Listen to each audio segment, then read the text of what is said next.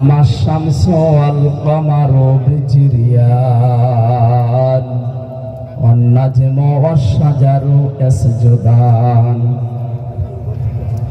فقد قال الله تعالى في كلامه المجيد وبرهانه التوحيد أعوذ بالله من الشيطان الرجيم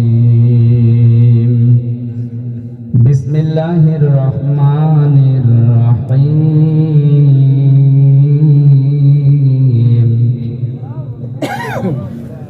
واتل عليهم نبأ بني آدم بالحق إذ قربا قربانا فتقبل من أحدهما ولم يتقبل من الآخر قال لأقتلنك قال إنما يتقبل الله من المتقين قال إنما يتقبل الله من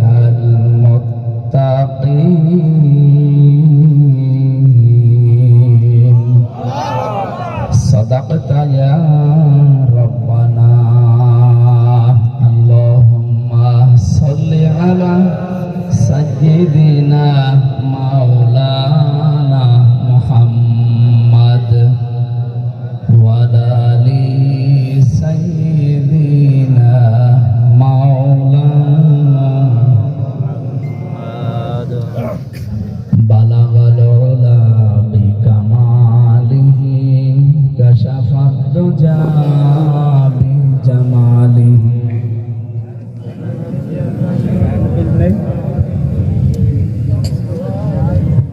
কি কোন জেলা কোন থানা কি কিছুই তো সাদা জানি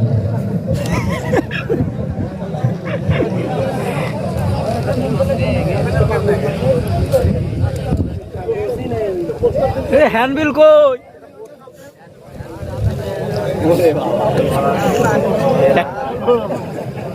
আলহামদুলিল্লাহ এখানে দাঁড়িয়ে থাকা যাবে না ভাই বারবার এক কথা বলা লাগে আর এই যে গল্প করছে কারা এখানে পেছনে বসিয়ে দিন তাড়াতাড়ি বসিয়ে দিন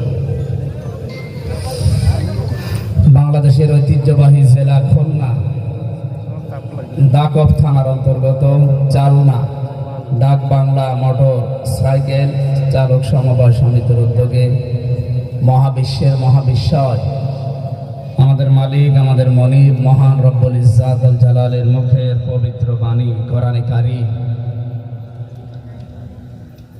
পবিত্র অনুষ্ঠানের সম্মানিত সভাপতি হাফেজ শাহ আলম মীর দামাত বারকাতুহুল আলিয়া সম্মানিত পরিচালক দ্বয় এই মাহফিলে এতক্ষণ পর্যন্ত যারা কথা বললেন মাওলানা হাফিজুর রহমান মাওলানা আব্দুল হান্নান অন্যান্য ওলামা ইকরাম মাহফিলে মঞ্চে যাদেরকে আপনারা বসতে দিয়েছেন এই এলাকার সম্মানিত ব্যক্তিবর্গ ওয়ারাফা'না লাকা যিকরাক শুধু দুনিয়ায় না উভয় জগতে তাদের সম্মান মর্যাদা কামনা করছি বলেন আমিন হয়তো এই দুনিয়াতে আপনাকে মানুষ সম্মান দিতে পারে টাকা পয়সার কারণে ক্ষমতার কারণে নাকি প্রভাব প্রতিপত্তির কারণে তো উভয় জগতের সম্মান মর্যাদা যদি কেউ পেতে চায় সৃষ্টি জগতের মন থেকে তাকে ঈমান আনা লাগবে আর তার যোগ্যতা অনুযায়ী কাজ করা লাগবে সে যে ধর্মের লোকই হোক তাকে ঈমান আনা লাগবে আগে যদি সম্মান সত্যি মানুষের মন থেকে পেতে চায় ইয়ারফা'ুল্লাহুল্লাযীনা আমানু মিনকুম ওয়াল্লাযীনা উতুল ইলমা দারাজাত সূরা মুজাদালার 11 নম্বর আয়াতের মাঝের অংশে আছে আল্লাহ তাআলার ইরফা দিয়েছেন রফা না দিয়ে ইরফা লাগিয়েছেন যারা গ্রামার জানে আরবি তাদেরকে জিজ্ঞাসা করবে এই মজারের বাংলা অর্থ দাঁড়ায় বর্তমান ভবিষ্যৎ প্রেজেন্ট ফিউচার ফিউচার বলতে একেবারে কিয়ামত পর্যন্ত। কারণ কিয়ামত পর্যন্ত এই পৃথিবীতে আল্লাহর পক্ষ থেকে মানবতার জন্য আর একটা কথাও আকাশ থেকে আসবে না। আসবে? যা আসার সব এর ভেতরে আছে। এই জন্য ইরফা বললে মোজারে যখনই কোনো শব্দ ব্যবহার হবে কোরআনে, ওটার বাস্তব অর্থ কিয়ামত পর্যন্ত। আল্লাহ রাব্বুল আলামিন বলেন, দিন যত যাবে সৃষ্টি জগতের ভেতরে তাদের ঈমান আছে যাদের, আর এই এলেম পেয়েছে দুনিয়ায়, জ্ঞান পেয়েছে, আর জ্ঞান অনুযায়ী যারা দুনিয়াতে কাজ করে, যত দিন যাবে তাদের মর্যাদা সম্মান সৃষ্টি জগতের ভেতরে আমি আল্লাহ বৃদ্ধি করে দেব। ইন্নাল্লাযীনা আমানু ওয়া আমিলুস সালিহাত সায়াজআলু লাহুমুর রাহমানু ওয়ুদ্দা। সূরা মারইয়ামের ৯৬ নম্বর আয়াতে আছে, নিশ্চয় যারা ঈমান আনার পরে ভালো ভালো কাজে আঞ্জাম দেয়, সৃষ্টি জগতের ভেতরে অতি শীঘ্রই তাদের উপরে আমি একটা আলাদা মহব্বত তৈরি করে দেব। হ্যাঁ, হয়তো সামনাসামনি অনেকে বিভিন্ন কারণে আপনাকে দেখতে পারে না, উল্টা পাল্টা কথা বলে, তো ভেতর থেকে তার কিন্তু এটা আসে যে না, এটা ঠিক হচ্ছে না। যদি সত্যি আপনার ঈমান থাকে আর আপনার জ্ঞান এবং যোগ্যতা অনুযায়ী যদি দুনিয়ায় কাজ আপনি করতে পারেন, এই দুইটা আমরা এই বাংলাদেশে অনেকের দেখি না। এই জন্য তাদের মর্যাদা সম্মান মানুষ সামনাসামনি দিলেও পেছনে দিতে চায়। সামনাসামনি দেখে বলে আপনার মতো ভালো মানুষ এলাকায় নেই, পেছনে যে বলে আল্লাহ ও মরে না কেন, এত মানুষ তুমি দেখো, এর দেখো না। আমরা এরকম জীবন তৈরি করতে চাই না যে ফামা বাকাতা আলাইহিমুস সামাউ ওয়াল আরদু ওয়া মা কানু মুনজারিন। দুনিয়া থেকে এমনও মানুষ বিদায় নিয়ে চলে যায় যার জন্য আকাশেও কেউ কাঁদে না, জমিনেও কেউ কাঁদে না, ইন্না লিল্লাহ বলে না। এরকম মানুষ এদেশে নেই। আমার মাঝে মাঝে এখন মনে হয়, যদি এই মুহূর্তে আজকে সকালবেলা একটা সংবাদ দেখলাম ফজরের নামাজের পরে, বাংলাদেশে আওয়ামী লীগ এটা নিষিদ্ধ হওয়ার পরে সংবাদ শুনে উনি নাকি ওখান থেকে অলরেডি মরে গেছে, নাকি হাসপাতালে নিতে নিতে উনি মরে গেছে। সংবাদটা সত্য না ফেসবুকের কথা, তো এটা মিথ্যা কথা। আমার মনে হয় বিকালে এসে খবর নিলাম যে না, বাবু এখনো বেঁচে আছে। যে পরিবারে আমি কমেন্ট করলাম, যত আলহামদুলিল্লাহ লিখা, মরে গেলে কত আলহামদুলিল্লাহ মানুষ বলবে আপনি বলেন। তা আমি এরকম জীবন কেন তৈরি করতে চাবো যে আমি শুধু চোখ বন্ধ হতে দেরি আর মানুষ আমার জন্য বদদোয়া আরম্ভ করবে? কোরআনের সূরা দোকানের 29 নম্বর আয়াতটার সাথে একেবারে মিলে যাচ্ছে না, যে আকাশেও কেউ কাঁদে না, জমিনেও কেউ কাঁদে না, ইন্না লিল্লাহ কেউ বলে না। এরকম মানুষের চরিত্র বাংলাদেশে আছে না? এখানে যদি কেউ থাকেন একটু হাত তোলেন তো। নেই, এখানে নেই। আল্লাহর ওলি বসে আছে, আলহামদুলিল্লাহ। এই জন্য ওনাদের মর্যাদা আমরা শুধু দুনিয়ায় চাই না, আমরা চাই ওনারা যারা ঈমান এনে এখানে বসে আছে, ওই ঈমানের উপরে যোগ্যতা আল্লাহ যার যতটুকু দিয়েছে, জ্ঞান আছে, এলেম আছে, এর উপরে যেন দুনিয়ার জীবন কাটাতে পারে। আল্লাহ তাহলে এটা ঠিক থাকবে। তারা যাতে জন্য বহু বছর দিন যত যাবে আপনার মর্যাদা আল্লাহ একটার পর একটা বাড়াতেই থাকবে। এই জন্য দেখেন, ইসলামপন্থী মানুষ যারা, কোরআনওয়ালা মানুষ যারা, এদের দিন যত যায়, যত মুরব্বী হয়, তাদের সম্মান আরো সৃষ্টি জগতের ভেতরে বেড়ে যায়। আপনি শাহ আহমেদ শফি রহমতুল্লাহ আলাইহি তার দিকে তাকান তো, 100 বছর পার হয়ে গেছে লোকটা। এই আওয়াজ বাড়ি খাচ্ছে, হালকা ইকো কমিয়ে দেন। আপনি 100 বছর পার হওয়া মানুষ আরো দুনিয়া যারা আছে তাদের দিকে তাকান, যারা দুনিয়াদার ছিল, এদেরকে এখন তার পরিবারের লোকজন পর্যন্ত টানতে চায় না, ঘৃণা করে। আমার কথার অর্থ বোঝা গেছে? সুতরাং ঈমান আনার পরে যারা জ্ঞান পেয়েছেন, এলেম পেয়েছেন, তার যোগ্যতা অনুযায়ী যেন দুনিয়ায় কাজ করতে পারেন, এই তৌফিক কামনা করছি তাদের। বলেন আমিন।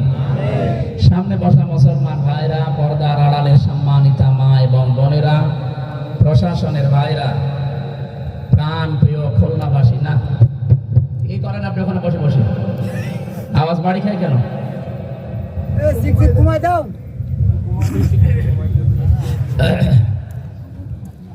দল মত জাতি বর্ণ ধর্ম নির্বিশেষে আজকের এই অনুষ্ঠান, এটা কি শুধু মুসলমানদের?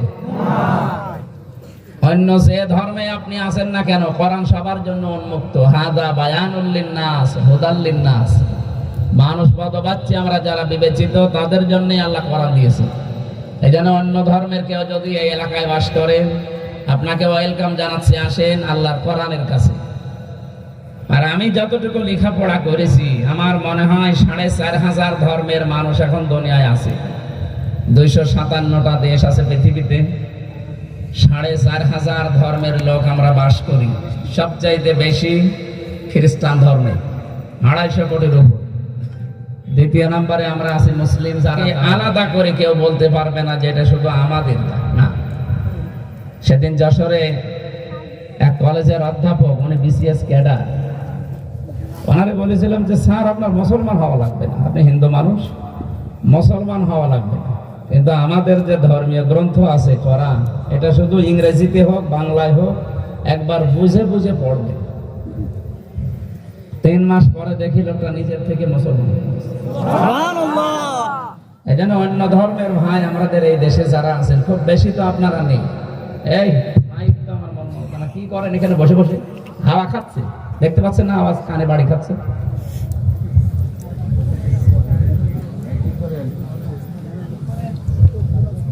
এই কথা দেওয়ার দরকার নেই, রিভাব দে। আর আমার মনে হয় মাইক কোন দিকে যে ধাক্কা লাগছে ওইটা খুলে দিন, দরকার হয়েছে। যান।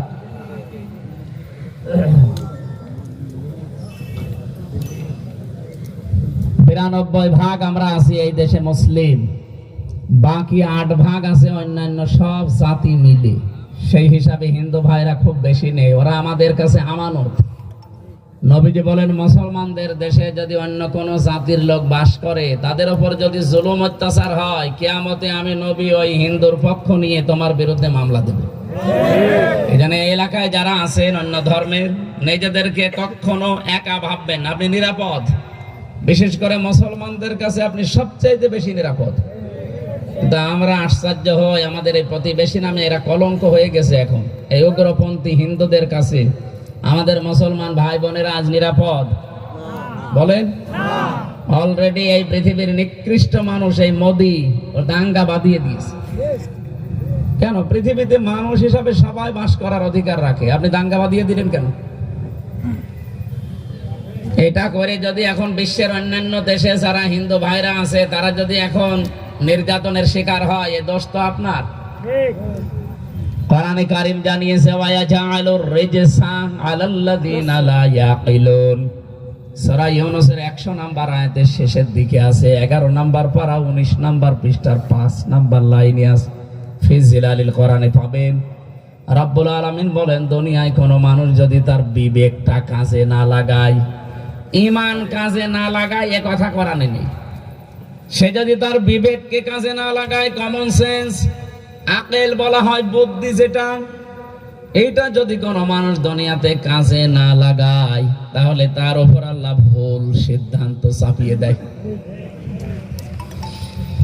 নরেন্দ্র মোদী নামে এই লোকটা কিন্তু তার বিবেকটা কাজে লাগায়নি, কাজে লাগালে এই অবস্থা সে তৈরি করতে পারতো না। নিজের মন যা চাইছে তাই করতে গিয়ে যে এতগুলো মানুষ পাকিস্তানের হাতে এখন মারা পড়লো, কেন? এটা করার দরকার ছিল আপনার? বেশ তো শান্তই চলছিল দুনিয়াটা, হঠাৎ আপনি গরম করে দিলেন কেন? আপনি তো ঠিক মতোই বেঁচে আছেন, কিন্তু যারা এই যে জীবন দিয়ে চলে গেল ওদের জীবন ফেরত দিতে পারবেন? সর্বোপরি যতগুলো ক্ষতি হয়ে গেল দেশের, ভারতের এখন এই ক্ষতি তুলতে 20 বছর সময় লাগবে। এজন্য আমরা চাই যে যেখানে দায়িত্বে আছেন তার বিবেকটা কাজে লাগাবেন, তার আকল যেটা আছে এটা যদি কাজে না লাগে, আপনার কারণে কিন্তু এলাকার উপরে একটা ভুল জিনিস চেপে বসবে, তখন ওই ক্ষতি সামাল দেওয়া কঠিন হয়ে পড়বে। ইসরায়েল যে লোকটা আছে, ইসরায়েলে এই পৃথিবীর নিকৃষ্ট মানুষ এই নেতানিয়াহু, আপনারা জানেন আজকে ডোনাল্ড ট্রাম্প অলরেডি সৌদি আরবে গেছে। কয়েক ঘন্টার বৈঠকের পরে রেজাল্টে মুসলিম দেশের প্রধান যারা তারা আহ্বান জানিয়েছে, ট্রাম্প সাহেব আপনি ইসরায়েলকে নিষেধ করেন, সে যেন ফিলিস্তিনের উপর অত্যাচার বন্ধ করে। ও হালকা দেখলাম কথা দিয়েছে, যাতে মাতাল হলো আবার তালে ঠিক আছে তো।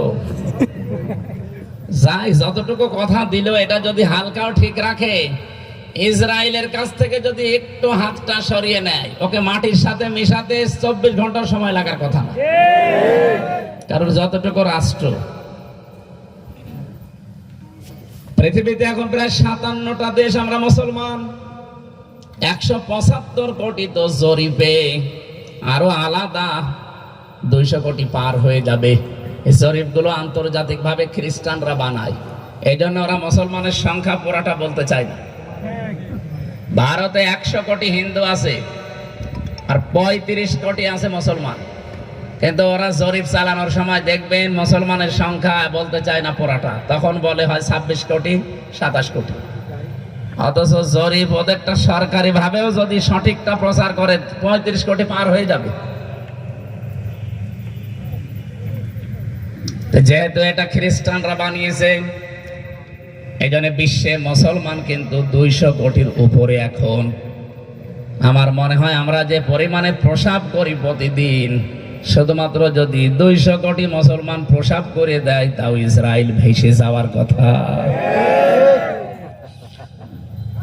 এখন একটু হালকা বিপদে আছে, কারণ আজকে ট্রাম্প এ কথা বলার পরে চিন্তা করছে, আমার বাবাই যদি মাথার উপরে হাত না রাখে তে দুনিয়ায় তো আমার আর কেউ নেই। কারণ তামাম পৃথিবী 6 জন মানুষকে সবচেয়ে বেশি ঘৃণা করে, তার 1 নম্বরে এই নেতানিয়াহু, 2 নম্বরে মোদি, 3 নম্বরে আমাদের যেটা পালিয়েছে ওইটা। তামাম দুনিয়ার কাছে যান, কেউ নিতে চায়নি, সবাই তাদেরকে ঘৃণা করে, কারণ এরা মানবতার শত্রু, পৃথিবীর মানুষের বসবাসের অযোগ্য করে দিচ্ছে এই কয়টা মানুষ। এরা যদি একটু শান্ত হয়ে যেত না, এই জন্য ওর এই ভুল সিদ্ধান্তের কারণে ওর বিবেকটা কাজে লাগে না, এই জন্যে এমন কিছু আল্লাহ চাপিয়ে দেবে না, শেষে সামাল দেওয়া কঠিন হয়ে পড়বে সামনে। সর্বোপরি যে কথা শেষে বলতে চায়, আমাদের দেশে যিনি আছেন ডক্টর মোহাম্মদ ইউনূস, 2 নবীর নাম মোহাম্মদ ইউনূস, 2 নবীর নাম নিয়ে বসে আছে। আপনি আর যাই করেন বিবেকটা কাজে লাগাবেন। কি কথা বোঝেন আমার? বিবেক যদি আপনি কাজে না লাগান না, সামনে ভয়াবহ অবস্থা আসতেছে। আগস্টের 5 তারিখের পর থেকে 9 মাস 8 দিনে যা আরম্ভ হয়েছে, বহু ষড়যন্ত্র এখনো চলছে। ইসলামপন্থীদের একটা উত্থান হচ্ছিল এই দেশে, দল মত জাতি বর্ণ ধর্ম নির্বিশেষে সবাই চাচ্ছিল যে 54 বছরে অনেক কিছু দেখলাম, সামনে একটু কোরআনটাকে দেখতে চাই। আপনারা কিছুদিন আগে খুলনাতে দেখেছিলেন না, এক হিন্দু ভাই, উনি বক্তব্য দেওয়ার সময় বলছিলেন, এই দেশে যদি কোরআন আসে আমরা সবচেয়ে বেশি নিরাপদে থাকতে পারবো। গোবিন্দ পরামানিকও 4-5 দিন আগে এই ঘোষণা দিয়েছে। তা আমরা দেখতে পাচ্ছি এখন আর দল বিদল নেই, এদেশে সবাই অন্তত আওয়াজ উঠে গেছে যে একবার কোরআনটাকে দিয়ে দেখি। 54 বছর তো বিভিন্ন জিনিস দেখেছি, এটা একটু একবার দেখেন, এ বাংলাদেশ মিনি জান্নাত হয়ে যাবে। আমি বাইরের দেশগুলোতে সফর করার সময় দেখেছি, সেখানে কোরআন নেই, পরিপূর্ণ কোরআনের আইন চলে শুধুমাত্র আফগানিস্তানে, তাছাড়া বিশ্বের কোন দেশে পরিপূর্ণ আমি পাইনি। সিঙ্গাপুরে, মালয়েশিয়া, থাইল্যান্ড, বাহরাইনে, ভারতের বিভিন্ন প্রদেশ দিয়ে, মালদ্বীপ, শ্রীলঙ্কা, বহু দেশে আমি ছোট বয়সে গেছি না। অন্যান্য দেশে শুধুমাত্র আছে কোন জায়গায় 60 ভাগ 70 ভাগ, তাই তাদের যত শান্তি। এমনকি রাষ্ট্রীয় আইনগুলো যারা যথাযথভাবে পালন করার সিদ্ধান্ত নিয়ে মেনে চলে, তারাও শান্তিতে আছে। যদিও তারা মানুষের তৈরি করা আইনের কারণে মাঝে মাঝে অশান্তিতে পড়ে এবং অবিচারের শিকার হয়। কারণ মানুষের তৈরি করা আইন যত ভালোই হোক, সে বানিয়েছে হয় সে নিজের দলীয় স্বার্থে, নাই ব্যক্তি স্বার্থের দিকে টান দিয়ে বানিয়েছে। আল্লাহ যে আইন দিয়েছেন, এটা কি দলীয় স্বার্থে, ব্যক্তি স্বার্থে? এটা সমগ্র মানব জাতির দিকে তাকিয়ে আল্লাহ দিয়েছেন। এই জন্য আমরা কোরআন শরীফ থেকে যেহেতু আলোচনা করব, আর কোরআনের অনুষ্ঠান এটা, যারা অন্য নাকি চলে যাবেন, সবার জন্য যেহেতু আল্লাহ কোরআন দিয়েছেন, সবাইকে নিয়ে আমরা কোরআনে কারিমে প্রবেশ করছি। জবান খুলে বলেন আলহামদুলিল্লাহ। দরুদ আর সালাম পাঠ করি আমাদের নবী মুহাম্মদুর রাসূলুল্লাহ সাল্লাল্লাহু আলাইহি ওয়াসাল্লামের প্রতি। যারা আদর্শ পেয়ে আমরা খুশি না বেজার? খুশি। যারা অন্য আদর্শে আছেন তাদেরকে আহ্বান জানাচ্ছি, এই পৃথিবীর শ্রেষ্ঠ মহামানব মুহাম্মদুর রাসূলুল্লাহর আদর্শের কাছে আসেন, আপনার জীবনে পরিচ্ছন্ন হয়ে যাবে। কে কথা বললেন না কেন? আপনি যে মানুষের আদর্শের কাছে আছেন ওই মানুষ জীবনে মিথ্যা কথা বলে নিয়ে গ্যারান্টি আপনি দিতে পারেন না। কিন্তু আমি যে মানুষটার কথা বলছি ওনার 63 বছরে একটা মিথ্যা কথা ছিল না। এটাকে আমি বানিয়ে বললাম? আরশের মালিক মহান রব্বুল ইজ্জাত আল জালাল জানিয়েছেন ওয়া ইন্নাকা লাআলা খুলুকিন আযীম। হে নবী, আপনি মহান চরিত্রের উপরে প্রতিষ্ঠিত। আযীম শব্দটা আমার আল্লাহ যার তার নামের আগে পরে লাগান না। পরা কোরআন খুলে আপনি দেখবেন কোন জায়গায় আল্লাহ আযীম শব্দটা কোন নবীর নামের আগে দেননি। অন্যান্য নবীদেরকে আল্লাহ ডাক দিয়েছিলেন গোলামিন হালিম, সহনশীল বান্দা। কোন নবীকে আল্লাহ গোলামিন হালিম, গোলামিন আলিম, জ্ঞানী বান্দা। কিন্তু মুহাম্মদুর রাসূলুল্লাহকে আল্লাহ জানিয়েছেন খুলুকিন আযীম, আমার মহান বান্দা। সুবহানাল্লাহ বলতে পারেন? এমন চরিত্র তাকে আল্লাহ দিয়েছিলেন, জন্ম থেকে মৃত্যু পর্যন্ত আপনি একটু হিসাব করতে পারেন চোখটা বন্ধ করে। 63 বছরের জীবনে একটা মিথ্যা নেই। উনি চললেন কি করে? আমার 33 বছর বয়সে কত হাজার মিথ্যা কথা আমি নিজেও জানি না, আর 63 বছরের ভেতরে জীবনে একটা মিথ্যা কথা পাওয়া যায়নি। কোন দিকে যান আপনি? ফাইনা তাযহাবুন, কোন দিকে দৌড়ান? আসেন এই নবীর আদর্শের দিকে আসেন। আহ্বান জানানোর পরেও যদি কারো বিবেকে নাড়া না দেয়, বুঝতে হবে ওর বিবেকের উপরে কুকুরে প্রসাব করেছে। যেহেতু সামনে আর 21টা দিন বাকি আছে, সর্বোচ্চ 21 থেকে 22 দিন বাকি আছে, বিশাল একটা ইবাদত, ওয়াজিব ইবাদত। নাম কি? কুরবানি। এই সংক্রান্ত একটা আয়াত পড়েছি, এর উপরে ভিত্তি করে আমরা তাফসীর আকারে কিছু কথা বলতে চাই, শুনতে চাই ইনশাআল্লাহ। কুরবান শব্দের শাব্দিক অর্থ হচ্ছে নিকটবর্তী হওয়া। কুরবান শব্দের শাব্দিক অর্থ হচ্ছে নৈকট্য লাভ করা। অন্য আরেকটা অর্থ আল্লাহর নির্ধারিত নির্দেশ অনুযায়ী নির্ধারিত দিনে, যখন তখন না। জিলহজ মাসের 10, 11, 12 এই 3 দিনে আল্লাহর সন্তুষ্টি পাওয়ার জন্য পশু জবাই করার নাম হচ্ছে কুরবানি। বলেন বলেন। এটা শুধুমাত্র এই 1500 বছর আগ থেকে আমরা পাইনি। সূরা মায়েদা 27 নম্বর আয়াত যে পড়লাম, এ সূরাতে 120টা আয়াত আছে, মাত্র একটা আয়াত পড়েছি। আল্লাহ পাক বলেন কুরবানি নামক এই বিধানটা একেবারে যেদিন দুনিয়া বানিয়েছি ওই দিন থেকে এ পর্যন্ত এখনো আছে, কিয়ামত পর্যন্ত এই বিধান থাকবে। একেবারে যদি গুরুত্বহীন হতো তাহলে এটা আমাদেরকে আল্লাহ এখন দিতেন না, অলরেডি আমাদের শরীয়ত থেকে এটা মাইনাস করে দিতেন। চিন্তা ভাবনা করেন, আদম নবী থেকে শুরু হয়ে কত হাজার কোটি বছর পার হয়েছে আমরা জানি না। এই বিধানটা সেই প্রথম দিন থেকে চলে আসতেছে, কিয়ামত পর্যন্ত চলতেই থাকবে। আমাদের কাছে বছরে বছরে একবার করে আসে। কি দিতে আসে ওইটা আমরা অনেকেই জানি না, শিক্ষাটাও নেই না। শুধুমাত্র গোশত খাওয়ার জন্য এটা আসে নাই। আমার যতটুকু স্টাডি আছে আয়াতের উপরে, আমি যতটুকু বুঝি এই আয়াতটা, আমি তাফসীর আকারে বলতে গেলে আপনি নিজেও বুঝবেন। আমার তো মনে এত বড় বিশ্বাস জন্ম নিয়েছে, এই 22-23 দিন পর, এই 22টা দিন পরে যদি কোরবানির এই শিক্ষাটা বাংলার মানুষের আজ নিতে পারে, এই দেশে ইসলাম কায়েম হয়ে যাবে। এবার আসেন আমরা মিলাবো ইনশাআল্লাহ। সূরা মায়েদা কোন সূরা? বলেন বলেন। মায়েদা শব্দের শাব্দিক অর্থ হচ্ছে দস্তরখানা, খাবারের প্লেট। তামাম পৃথিবীকে আমার আল্লাহ খাবারের প্লেট বানিয়ে দিয়েছেন, দস্তরখানা বানিয়ে দিয়েছেন। আয়াতের নামকরণে, সূরার নামকরণে আমি যেটা পেয়েছি তাফসিরে ইবনে কাসিরে মুফাসসির বলেন, দস্তরখানা নামে আল্লাহ সূরা দিলেন কেন?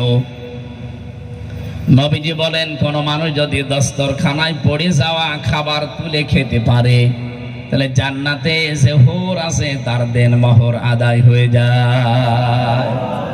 না সুবহানাল্লাহ বুঝে বুঝেছেন? না, আপনি সুবহানাল্লাহ বলার আগে একটু ভাবলেন না যে আপনি এখনো মরেননি যে জান্নাত পাবেন? এখনো মরেননি, জান্নাত পাবেন কি করে? না মরলে তো আপনি জান্নাতে যেতে পারছেন না। তাহলে মরণ লাগবে, এরপরে জান্নাত পাওয়া লাগবে, তারপরে তো হুরের চিন্তা। জান্নাতও খবর নেই, এখনো মরারই খবর নেই, একবারে সুবহানাল্লাহ বলে ফেললেন। তার মানে এই দস্তরখানা নামে সূরা মায়েদাটা এত গুরুত্বপূর্ণ, এই আমলটা দুনিয়ায় কোনো মানুষ যদি সত্যি আল্লাহর এই খাদ্যটা, এই নিয়ামতটা, এই রিজিকটা তুলে খেতে পারে দস্তরখানা থেকে, আল্লাহ পাক এত বেশি খুশি হয় বান্দার উপরে, যার জান্নাতে ও যাবে এবং হুরের সাথে ওর বিয়ে হবে, ওই দিন মোহর আমার আল্লাহ এই কাজে আদায় করে দেবে। এই জন্য আমলটা ছোটখাটো বলে ছেড়ে দেবেন না, সুযোগ পেলে এটা করা লাগবে। দ্বিতীয় নম্বর ব্যাখ্যায় পেয়েছি, আমার আল্লাহ খাবারের প্লেট বললেন কেন? মায়েদা মানে তামাম দুনিয়াটা খাবারের প্লেট, এই ঘোষণা এই কারণে মানুষ যেন খাবার নিয়ে পেরেশানি চিন্তা না করে, কারণ খাবারের মালিক আমি আল্লাহ নিজেই দুনিয়াকে প্লেট বানিয়ে দিয়েছি। যেটা নিয়ে মানুষের চিন্তা করা দরকার সেটা হচ্ছে তার পরবর্তী জীবন। এইটা নিয়ে আমি আল্লাহ দায়িত্ব নেইনি যে দুনিয়াতে যদিও কাজ কারবার না করে, পরবর্তী জীবন ওর জন্য কল্যাণকর হবে, কল্যাণময় হবে, ঘোষণা কোরআনে আল্লাহ দিয়েছে। তাই আল্লাযী খালাকাল মাউতা ওয়াল হায়াতা লিয়াবলুয়াকুম আইয়ুকুম আহসানু আমালা। তিনি সে আল্লাহ যিনি তোমাদের মউত আর হায়াত বানিয়েছেন। এদিকে তাকান, আল্লাহ কিন্তু আগে হায়াতা শব্দটা লাগাননি, আল্লাযী খালাকাল হায়াতা না, আল্লাযী খালাকাল মাউতা। পুরা কোরআন শরীফে আমি যেখানে এরকম আয়াত পেয়েছি মিলিয়ে দেখলাম আল্লাহ আগে মউতের কথা, এরপরে হায়াতের কথা দিলেন। আয়াতগুলো চিন্তা ভাবনা করে পড়ার সময় দেখেছি কেন আল্লাহ মউতের কথাটা আগে দিলেন। যেখানে যেখানে এরকম হায়াত আর মউতের কথা পেয়েছি, আগে মউতের পরে হায়াত। মুফাসসিরিন ইকরাম বলেন আল্লাহ এটার দ্বারা এই শিক্ষা দিতে চায়, বান্দারা যাই করো দুনিয়ায় এই চিন্তা সব সময় করবা যে মরা লাগবে। কি কথা বলে না কেন? তুমি যত উপরে ওঠো না কেন, যত বড় দায়িত্বশীল হও না কেন, যত সম্পদের মালিক হও, এই কথা সব সময় মনে প্রাণে বিশ্বাস রাখবা যে আমার মরা লাগবে।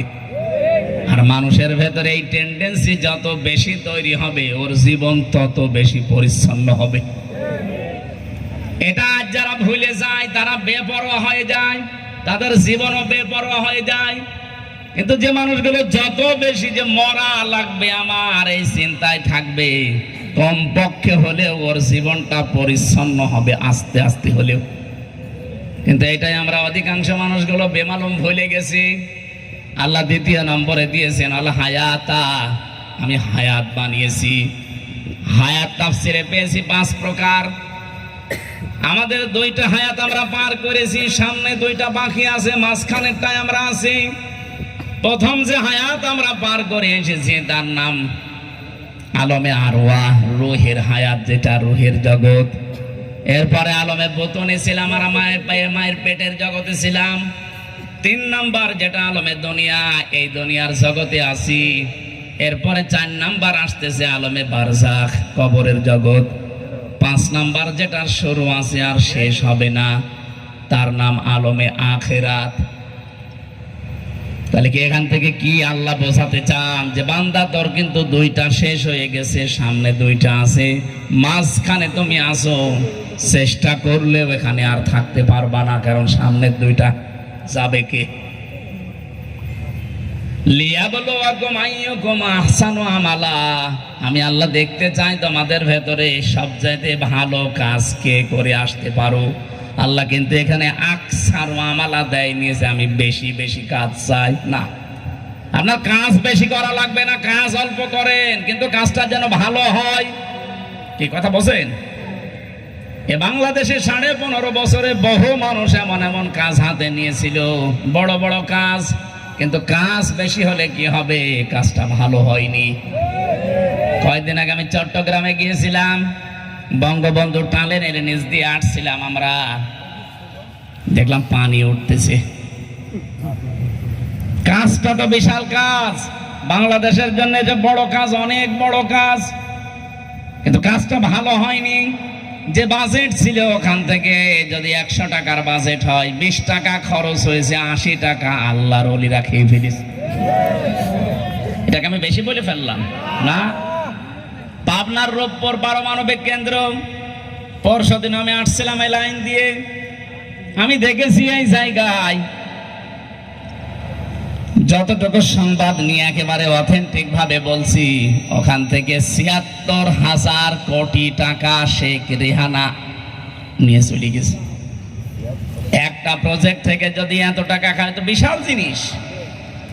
কত হাজার হাজার কোটি কোটি টাকার সম্পদ ওইটা বাংলাদেশের জন্য। বাজেট যা হয়েছিল যদি পুরাপুরি ওইভাবে খরচ করতো, এই দেশটা আরো দাঁড়িয়ে যেত। একজনে যদি সেখান থেকে ৭৬,০০০ কোটি টাকা চুরি করে তো জিনিস হবে কি করে? এই জন্য কাজটা তো বড় কাজ, টিকতে চায় না। টার্গেট যা দিয়েছে টার্গেট পর্যন্ত যেতে চায় না। টার্গেটটা 100 বছরে 40 বছরেই ভেঙে যায়। অথচ রূপপুরের পাশে আপনি যে ব্রিজটা, হার্ডিং ব্রিজ, 100 বছরের টার্গেট নিয়ে বানিয়েছিল ব্রিটিশরা। 100 বছর পার হয়ে এখনো মনে হয় 13 বছর চলে গেল, কিছুই হয়নি। কাজ আপনি যাই করবেন ওই কাজটা যেন ভালো হয়, আল্লাহ এইটা চাই। এই কথা বোঝা গেছে আমার? আপনার কাজ বেশি চাই না, আল্লাহ কাজ চাই ভালো কাজ। যে কোনো কাজ আপনি যেন সর্বোচ্চ যেটা ভালো ওই জায়গা থেকে আপনি আরম্ভ করবেন। রব্বুল আলামিন আমাদেরকে জানিয়েছেন, এই পৃথিবীর মানুষেরা, আমি কিন্তু পরবর্তী জগতের কোন দায়িত্ব আমি তোমাদের নেইনি, কারণ দুনিয়ার হায়াত আর মউত সৃষ্টি করেই পাঠিয়েছি। আমি দেখবো যে ভালো কাজ করি ওইটার উপরে কিভাবে তোমার হিসাব হয়। কিন্তু দুনিয়াতে বসবাসকালীন যে বিষয়টা তোমাদের জরুরি, এই বিষয়গুলোর দায়িত্ব আমি আল্লাহ নিজে নিয়েছি। তার ভেতরে অক্সিজেন একটা, কি কেনা লাগে?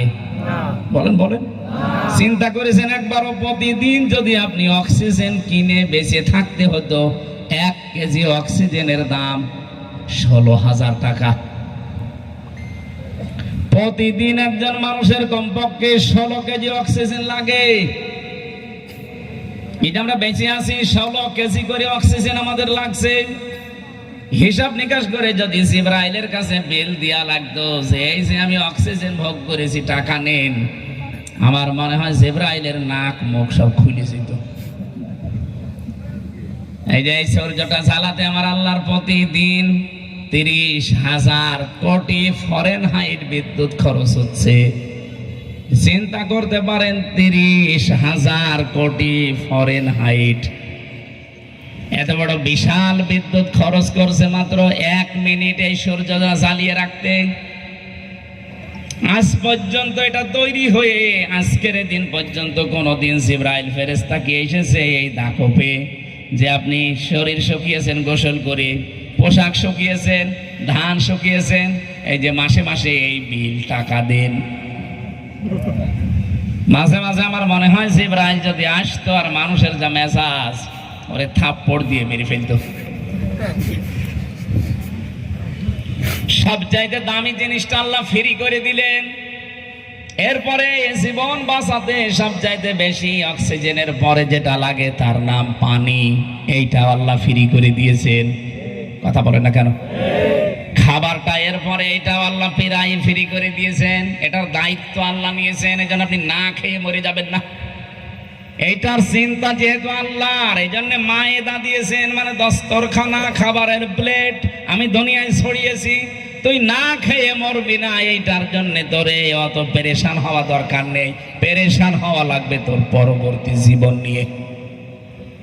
60 বছরের জন্য যদি এত কিছু করা লাগে, কোটি কোটি বছর চোখ বন্ধ হলে আপনার শুরু হয়ে যাচ্ছে। ওইটার জন্য কি করা লাগবে এখনই ভাবেন। কিচ্ছু লাগে না মানুষের পরিবর্তন হতে, শুধু একটু মনটা পাল্টালেই হয়ে যায়। তাছাড়া আমি না, নবীজি এখানে যদি এসে ওয়াজ করে আর আপনার যদি মন পরিবর্তনের ভাবনা চিন্তা না থাকে, নবী এসে ওয়াজ করলো আপনার কিছুই হবে না। এই কোরআন শরীফ আমাদের চাইতে পড়েছিল বেশি, লিখেছিল বেশি, বুঝেছিল বেশি একজন মানুষ, তার নাম গিরিশচন্দ্র সেন, নরসিংদী বাড়ি শিবপুরে, এখনো তার ভিটা পড়ে আছে। এই লোকটা শুধু বঙ্গ অনুবাদ করে নাই, কোরআনের তাফসির পর্যন্ত লিখেছে। খুলনাবাসী এখানে যত বড় হুজুর হোক, যত বড় টুপি মাথায় দিয়ে বসে আছে, দাড়ি মুখে, তাই কি জিজ্ঞাসা করেন তো পুরা কোরআনের প্রতিটি শব্দের অর্থ বলতে পারবে? পারবে? কেউ পারবে না। আমারও সম্ভব না, আমি পড়িয়েছিলাম পুরাটা, কিন্তু আমার মনে নেই, আমার আবার দেখা লাগবে। লোকটার কি মেধা আপনি চিন্তা করেন। পুরা কোরআন শরীফের প্রতিটি শব্দের একটা অর্থ না, কমপক্ষে এক একটা শব্দের 33টা করে তার অর্থ জানা ছিল, নাই তো তাফসির করলো কি করে? কোরআনে এমন এমন শব্দ আছে যে শব্দটা যেখানে যেই মাপে লাগবে আপনাকে ওই অর্থে ওখানে ব্যবহার করা লাগবে। যেমন দরবা মানে মারা, দরবা মানে সফর করা, দরবা মানে দৃষ্টান্ত দেওয়া। এরকম 33টা অর্থ আপনাকে বের করে মনে রাখা লাগবে। যেখানে যেটা অ্যাপ্রোপ্রিয়েট হয়, যেটা যে জায়গায় খাটে, সেট হয়, ওই জায়গায় ওই অর্থে ওইটা লাগাতে হবে। আপনি দরাবার অর্থ মারা, সেখানে যদি দৃষ্টান্ত দেওয়া লাগিয়ে দেন, কিয়ামত পর্যন্ত অর্থ মিলাতে পারবেন? এই লোকটা কি পড়া পড়েছিল আমার চাইতে বেশি, আপনার চাইতে বেশি, কোরআন পড়িয়েছেও বেশি, বুঝেছেও বেশি, লিখেছেও বেশি, কিন্তু কোরআন থেকে ওর মন ছিল না হেদায়েত নেওয়ার। এই জন্য মরে যাওয়ার পরে জানাজাও হয়নি, কবরে দেয়নি, পুড়িয়ে ফেলেছে। এই কথা বললেন না কেন? কে বুঝলেন এখান থেকে যে আপনার মনটা যদি তৈরি না হয়, একদিনের ওয়াজ না, 365 দিন একাধারে ওয়াজ দিল আপনার কিছুই হবে না। একটু নিজের দিকে তাকিয়ে ভাবেন তো, যে খাবারের দায়িত্ব আল্লাহ বলেন অমামিং দাব্বাতিন ফিল আরদি ইল্লা আলাল্লাহি রিজকুহা। জমিনে এমন কোন বিচরণশীল জীব নেই যার রিজকের দায়িত্ব আমি আল্লাহ নেইনি। এটা যখন নিয়েছে, এইটা নিয়ে তো পেরেশান হওয়া লাগবে না। যেটার দায়িত্ব উনি নেননি, চোখ বন্ধ হওয়ার পরে বিশাল জীবন, ওইটা নিয়ে চিন্তা করেন। নবীজি মসজিদে নববীতে বসে আছেন, হঠাৎ করে কেঁপে উঠলেন। সাহাবীরা বলে, হুজুর আপনি কেঁপে উঠলেন কেন? আল্লাহর নবী বলেন, ফে সাহাবীরা, 70 বছর আগে জাহান্নামের উপর থেকে একটা পাথর জিবরাইল ফেলে দিয়েছিল। ওটাই কিছুক্ষণ আগে জাহান্নামের তলদেশে এসে পৌঁছিয়েছে। এটা কেঁপে উঠেছে, এই কারণে আমি শরীরে আমার কাঁপ ধরেছে। খুলনাবাসী বিবেক খাটান, বুদ্ধি খাটান, মাথাটা একটু খাটান তো। নবীজি কিন্তু তোলার নাম বলেননি, বলেছেন লোহার নাম, পাথরের নাম। এই যে 5তলা বিল্ডিং এর উপর থেকে আপনি যদি 1 কেজি তোলা ফেলে দেন আর 1 কেজি লোহা ফেলে দেন, কোনটা আগে পড়বে? বলেন বলেন। এটার ভার আছে, কমপক্ষে তোলার চাইতে 10 গুণ আগে পড়ে যাবে মাটিতে। তোলার নাম বললেও তো বুঝতাম যে 70 বছর সময় লেগেছে, লাগতেই পারে, কিন্তু বললেন পাথরের কথা।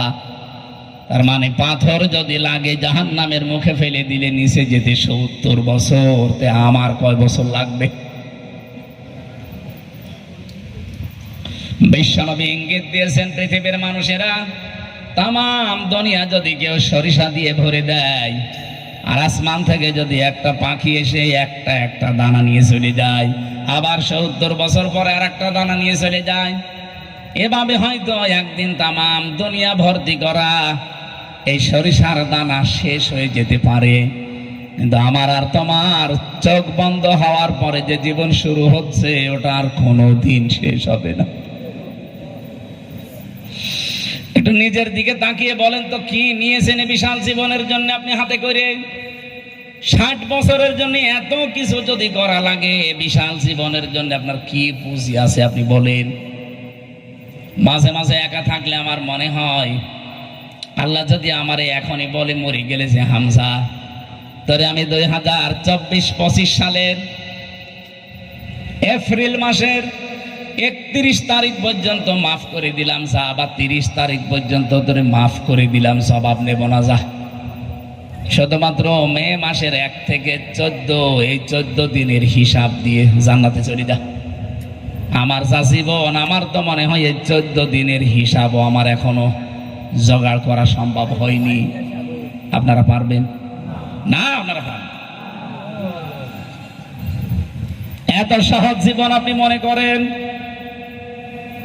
কত কঠিন বাস্তবতার সামনে আমাদের এই কথাটার টেন্ডেন্সি, বিশ্বাস, যত বেশি জন্ম হয় মানুষের, ওর জীবন তত বেশি পরিচ্ছন্ন হয়ে যায়। খলিফাতুল মুসলিমিন হযরত ওমর রাদিয়াল্লাহু তাআলা আনহু, এদিকে তাকান, তিনি দেশের প্রেসিডেন্ট। ছেলে একটা ছিল আব্দুল্লাহ ইবনে ওমর, ভর্তি করলেন মক্তবে। ওই দেশের প্রধান বিচারপতি ওই সময় হযরতে আলী, তিনিও তার ছেলেটাকে ভর্তি করে দিলেন মাদ্রাসায়। দুইজন একই ক্লাসে পড়ে, বারবার কলম ফেলে দেয় হুসাইন, আর আব্দুল্লাহকে বলে তুলে দাও।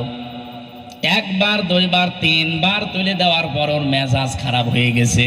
প্রেসিডেন্টের ছেলে তো একটা আলাদা গরম, বারবার কলম তুলতে বলো, আমি কি তোমার খাদেম, চাকর নাকি? হযরতে হুসাইন রাগ করে বলেছে, তুমি তো শুধু খাদেম না, খাদেমের বাচ্চা খাদেম। বাড়িতে যে বলছে, আব্বা হুসাইন আমাকে আর তোমাকে মিলে গালি দিয়েছে বন্ধুদের সামনে, আমি আর মাদ্রাসায় যাব না। ঠিক আছে, বিচার আমি করব, কিন্তু জমার দিন হযরত ওমর যেহেতু মসজিদে নববীর ইমাম, তিনি খুতবা দিচ্ছিলেন। হঠাৎ আলোচনা বন্ধ করে বললেন, হুসাইন এখানে আসো। তুমি কি আমার এই সন্তানটাকে ক্লাসে গালি দিয়েছো খাদেমের বাচ্চা খাদেম বলে? বলে হ্যাঁ দিয়েছি। কেন দিলে?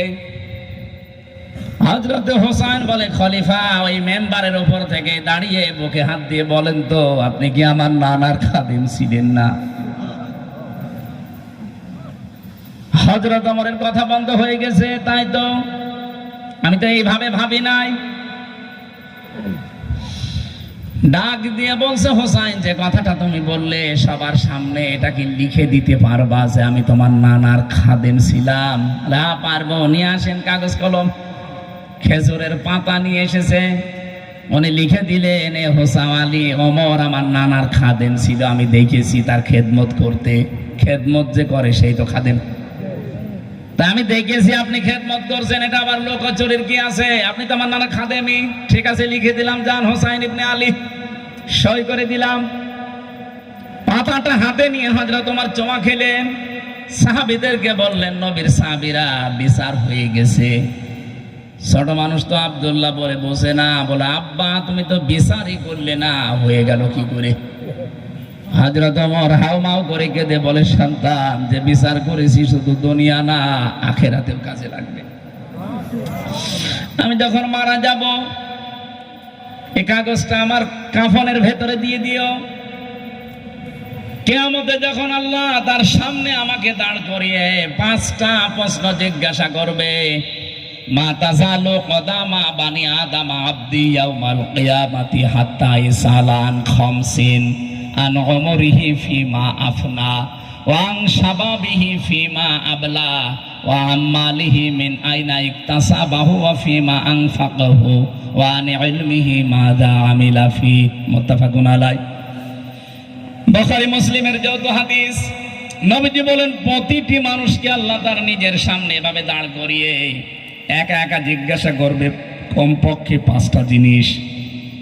হযরত ওমর বলেন, সাহাবীরা, ও আমার সন্তান আব্দুল্লাহ, আল্লাহ তো আমাকেও তার সামনে দাঁড় করাবে।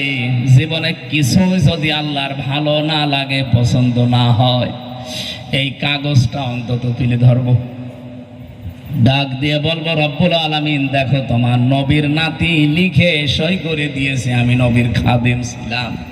এই ওসিলায় হলেও আজকে এই বিচারের দিনে আমারে মাফ করে দাও। এ জীবন শুধু ওনার ছিল, আমাদের নেই। এক কথা বলেন, এখানে এক্ষুনি নিজেকে পরিবর্তন করা লাগবে। কালকে থেকে শুরু করবেন না, ও সময় হাতে নেই। এখনই যদি আপনার চোখ বন্ধ হয়, আল্লাহর কসম আপনাকে জীবনে ওই খাটে আর তুলবে না। হয়তো খাটের নিচে রাখবে, না পাশে রাখবে। এমনকি যাদের জন্য বাবা শাহজালাল সব হালাল করে ফেলছেন। আমি আজকেও একটা হাদিস পড়ছিলাম, মানিদ্দা আন আবি যার রাদিয়াল্লাহু তাআলা আনহু قال قال النبي صلى الله عليه وسلم মানিদ্দা মা লাইসা লাহু ফালাইসা মিন্না ওয়ালিয়াতাবাওয়া মাকআদাহু মিনান নার। মুসলিম শরীফের হাদিস।